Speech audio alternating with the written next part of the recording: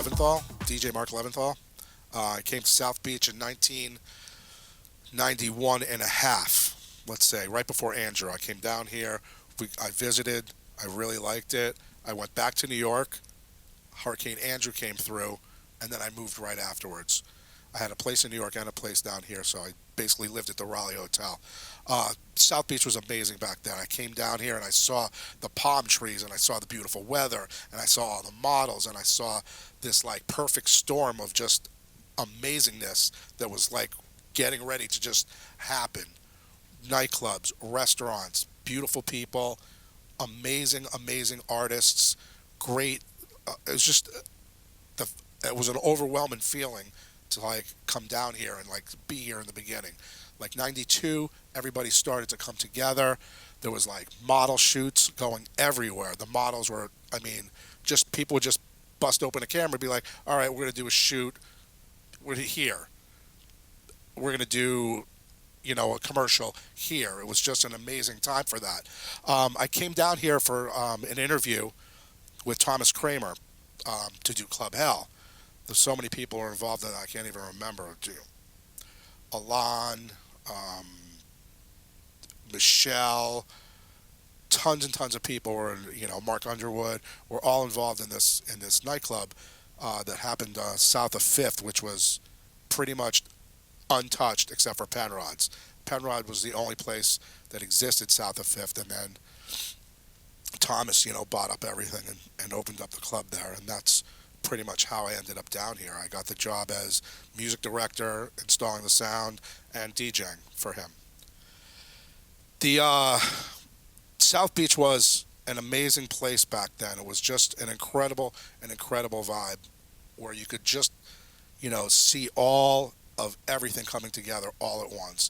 The restaurant business were all coming together. There were so many different people and chefs from all over the world coming and creating this amazing food, and nightclub people from New York and from down here, and people like George Nunez, who had done clubs down here in the 80s, were working on projects and creating all these crazy things. And the celebrities that were coming down here were Mickey Rourke and Sylvester Stallone and Madonna and Versace and all these people. It would be a big deal just to walk, down the street and run into Versace just walking down the street.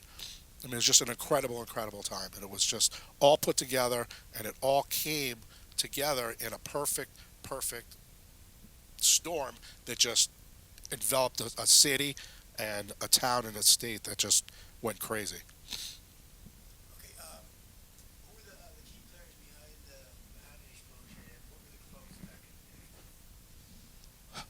in Well, the clubs, I would say the clubs back in the day were, I mean, there was basically a small group of when I got here, there was a small group opened up.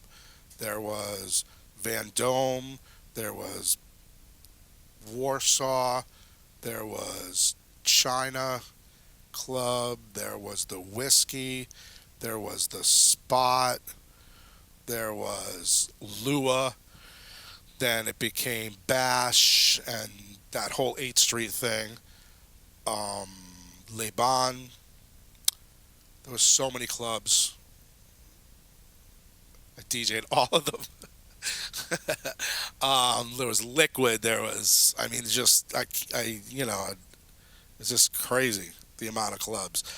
Chris Michello definitely had um, a big part in the more larger nightclub um, coming together with Liquid, and he did Risk and created the Fat Black Pussycat started there at Mario's, and then Mickey's.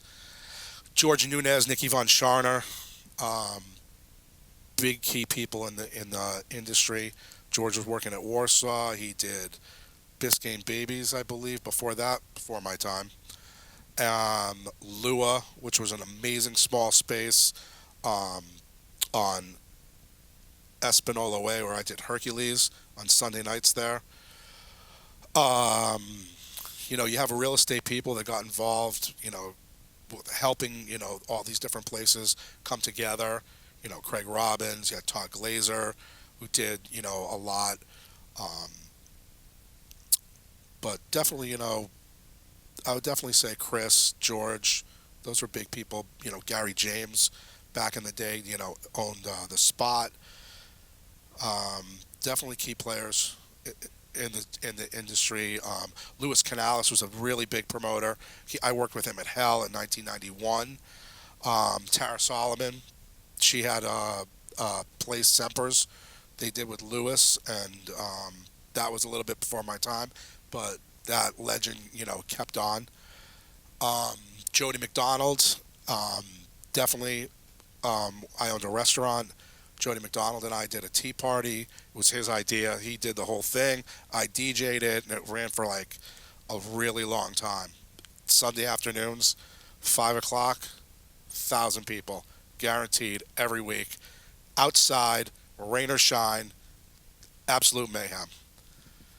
Um, but there was a lot of people there in the beginning. Some are here, some are not. Um, Michael Capone did some parties in the '90s. And then he left. What else? Can you talk about the opening of Club Hell? That was a spectacular event. Like going to that, how many people came out? They had the fireworks that landed right by, landed almost touching burning the ground, and then You're talking about which opening? The first opening or the second opening? The first opening is when Kramer came out and said, "I said want nobody comes in. no more faggots, no more Jews, and Yeah, no more niggers in my club." yeah. And that was like, what was the Everybody's too ugly to come in here. right? What was the I had to go around the back. what was the heavy set lady who had the big plus models? What was Ah, her? she, no. No, Yeah, yeah, yeah, yeah, yeah. Somebody else mentioned her. what was her name? I forgot her name. Not Dorothy. She used to work there, but she was standing right there because Kramer looked at her and she was overweight, but she was like South Beach celebrity. Yeah, of course. She was standing Well, there the with same thing happened Versace and to Debbie Harry. They threw a party for Debbie Harry at one of the places on the Lincoln Road, and one of the owners from Cappuccino Tango is personal friends with her, Jonathan Lewis. Jonathan and Debbie Harry go up there, and the doorman wouldn't let her in. He's like, she says, "This is Debbie Harry. The party's for her. This is Blondie." He's like, "Shh, we're gonna let her in a party." that's one time. Yeah, used to happen all the time down there. Doorman, Yeah. they were the worst. All right, so okay, the reason I came down, one of the reasons I came down here was because of Club Hell, which Thomas Kramer opened, and it was quite the spectacular opening. We struggled and sweat putting in sound systems and getting the whole thing together, and you know, opening night, Thomas was very particular, and I love you, Thomas. Thomas was very particular about who he wanted in and who he didn't want in. And the opening night, he came out and screamed some obscenities at the front door when there was about 500 people standing outside waiting, and that was pretty much the end of that club. I don't know if I could say it. You're probably going to edit it later. He said, "I want no more faggots, no more Jews, and no more niggers in my club." And standing outside was Versace and all these other people, like, on their way coming in, they all turned around and walked away. And that was kind of the end of Club Hell, even though it stayed open for months after that. But there was fireworks from the Grucci brothers and all this craziness, mayhem at openings back then that was just not thought of now and not done. And it was much more of a production, much more of a show, much more of an amazing time than you could even imagine of what the club openings are like now. I did the opening of Crowbar. This was in 2000. The opening we had in the in the street, we had a photography shoot of two wrecked cars parked on top of each other and models displayed all over the car. We blocked the street and did like a $40,000 shoot for, I don't even remember what magazine it was because it was so long ago. that was just one aspect of the opening. The other aspects of the opening, you walked in and people were throwing like flowers on top of you that were suspended in the air, and absolute mayhem and craziness was going on throughout the whole thing. The opening invite was an ostrich egg stuffed in a crate, a wooden crate wrapped in straw. You had to open up the wooden crate, take the straw out, and take this ostrich egg, which was about this big, crack it open, and the invite was inside saying the rebirth of Cameo Crowbar. Like, people don't do things like that anymore. That invite was $16,000. And Crowbar was one of the hottest clubs for like 6 years. In a club that size, you don't it just doesn't happen anymore. Here, you're lucky you get 2 years out of a club, and you're a genius. Back then, it was like these clubs, like 6 years out of Crowbar was just mayhem and packed every night that they were open. Just craziness. Kenny and Cal, big players in the, in the 2000, starting in 2000. But back in the day, just there was all this theatrical performances and all these great different little features and people on stilts and this and that and all this stuff that really made South Beach. People go, wow, look what's going on down there. People were doing articles and writing all these different interviews, and all this stuff is just all the stuff that these people that just came together and just created this amazing, amazing place. Can you do a little story on the gay situation, like the drag queens, and like the Kibbles, and all the different drag personalities that we had here that gave it the beats the true flavor? Yes. Um, Because the story can't be told without that. no, of course. One of the things that I think that made South Beach really special, and different parties, not every night, every club, every place, but different parties definitely set off South Beach in a way that you couldn't even imagine.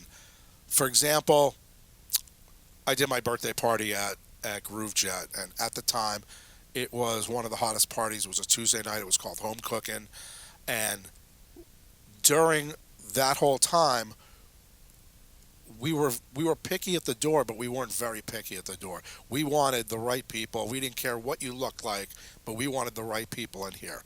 So basically, we had all sorts of different people in there, and that's what made the party great. What made the party great was this guy's covered in tattoos. That guy's a drag queen. This guy's a drag queen. That's Al Pacino. I mean, it didn't really matter like really what you look like, but it was your personality and the flavor that you brought. The cool thing about South Beach was in the 80s and 90s that the gay crowd and the straight crowd mixed perfectly. They mixed great. There was no us against them or you or them or this is a gay party, this is a straight party. We had drag queens in there. We had um, straight people in there. We had celebrities, and it would be no big deal to see Versace sitting there talking with the Kibbles or um, uh, Nina Poon now, but um, Madam Wu back then, just sitting down having a conversation with two straight guys, all having a good time. The gay and the straight thing, it just blurred, it blended, and it went so well together, and it made the parties so much more fun and so great. I DJ'd a party on Sunday that was like, I would say 20 drag queens would show up. Kevin Aviance would do a performance and just kill it to any song that he did and rip his wig off at the end of the thing. The guy's standing on top of a U-Haul truck. You know what I'm saying? To be 20 drag queens there, 2,000 people in the street, in the parking lot, dancing on a U-Haul truck, drinking punch, 500 straight people, 1,000 gay people, 25 different drag queens, performances. It was just, it just melded so well together, and everything went so well, and it just really, really made this like special place. It was amazing, amazing. I have pictures of Adora. I have pictures of Shelley Novak. I should probably introduce him. Definitely. Yeah. Get him started, Charlie.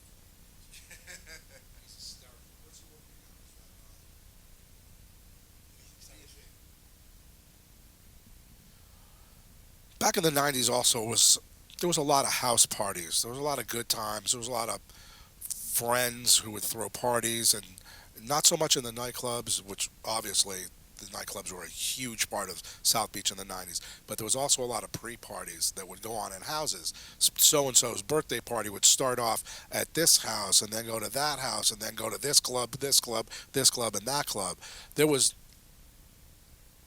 a million different house parties, a million different craziness going on. Parties at Madonna's house, partying at Sylvester Stallone's house, partying at Thomas Kramer's house, Versace. I mean, I DJ'd at all of those places. Madonna's like twice for New Year's, and like those parties were like the elite, craziness with other celebrities, and people were getting reports about this all over the world, which just made, you know, all these magazines write about them and give like South Beach that uncontrollable, like, oh, I've got to get there, I've got to get there, I've got to get there. It was no big deal just to, like at Thomas Kramer's house one year, I was DJing for his birthday party, and he had RuPaul, Gloria Gaynor, and Chaka Khan perform in his backyard on Star Island. It was like these were the type of events that just went on, and then from there, at 2 o'clock in the morning, everybody went to another club, and that the clubs stay open until 5 o'clock. So it was just an amazing, amazing, amazing time. The 2000s came, and everything was really great, and everything was really cool for a while, and as the 2000s rolled in, South Beach got a little more commercialized. You know, Gap opened up 2 stores in South Beach. Starbucks has got 30 stores in South Beach. You can't walk 5 feet without a Starbucks in your face.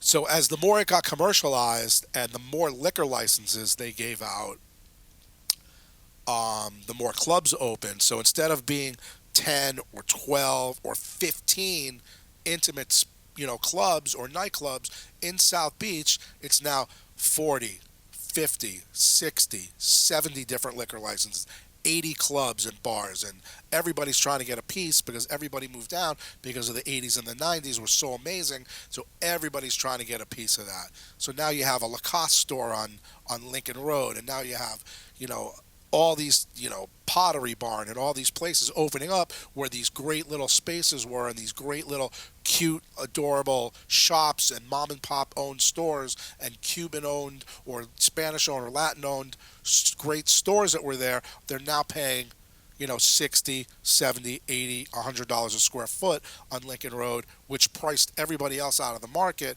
so it turned it more commercialized.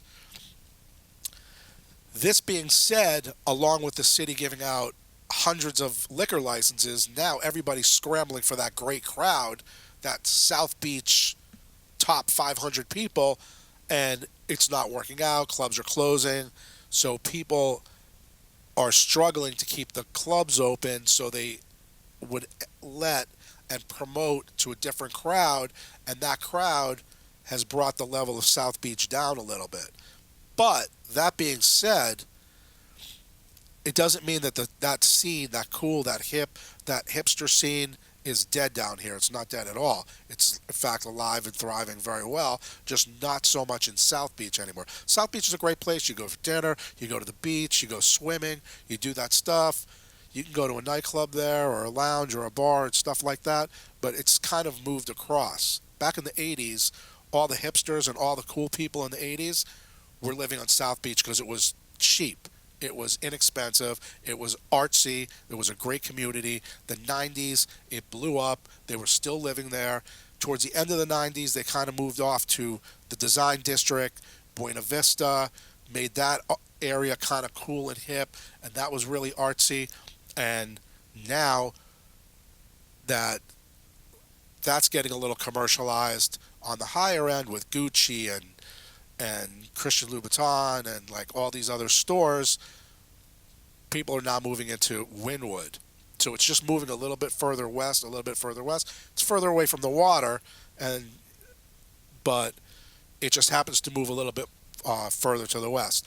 South Beach now is really commercialized. It's very touristy.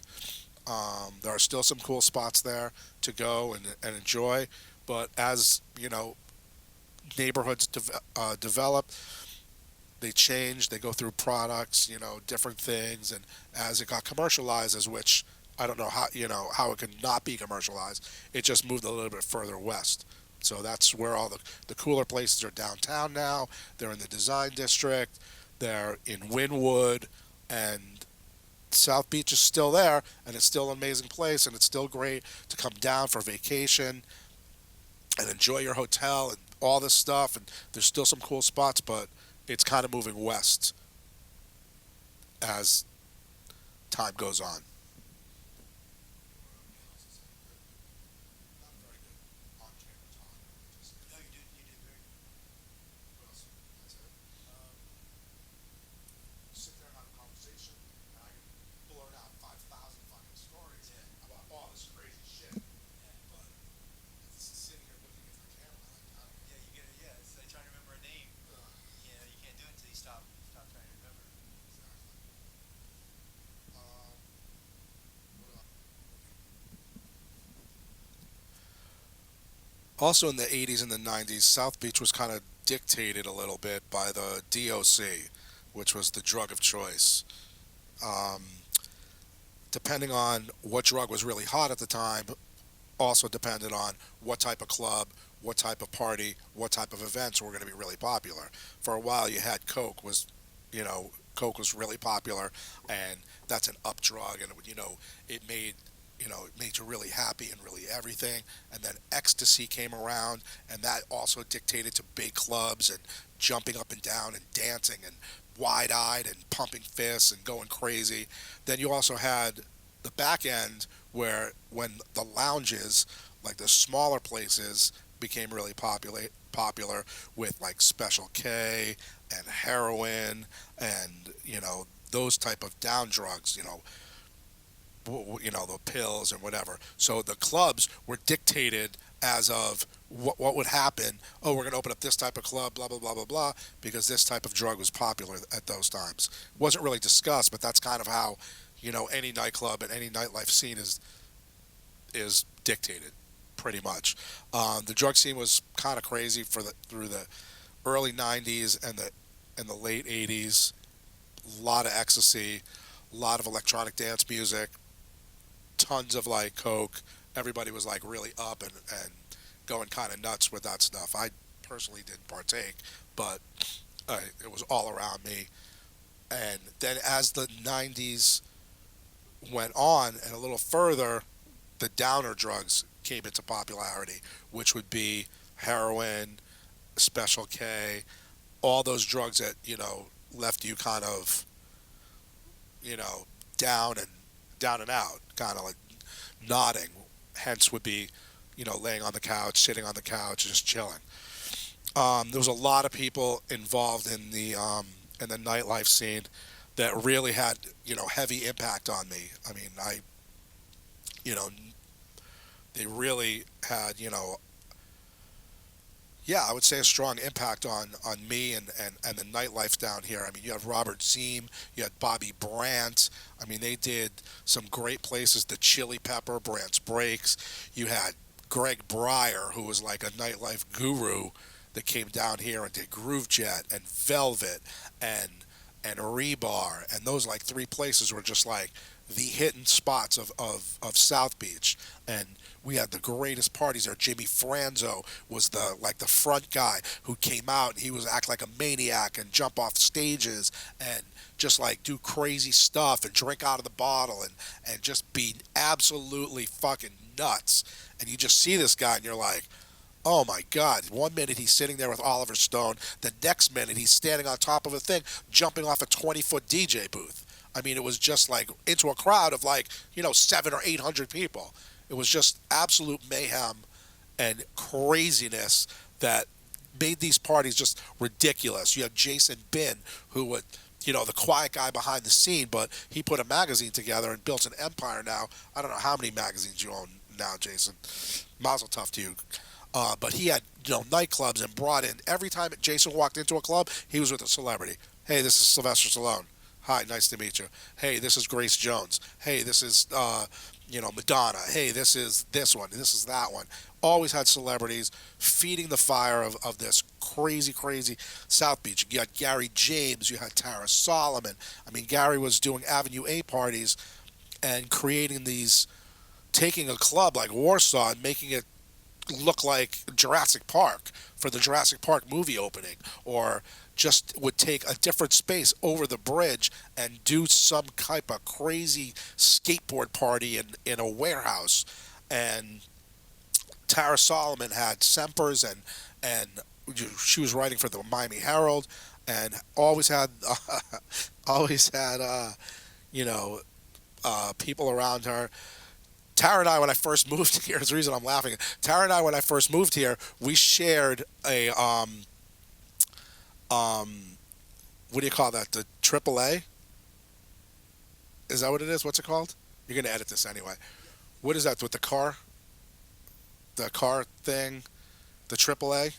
yeah, Triple A, yeah, yeah, yeah, yeah. Tara and I shared AAA for like 5 or 6 years together. We used to have like this friends and family thing with AAA. She used to call me up. Hey, it's time for the $65.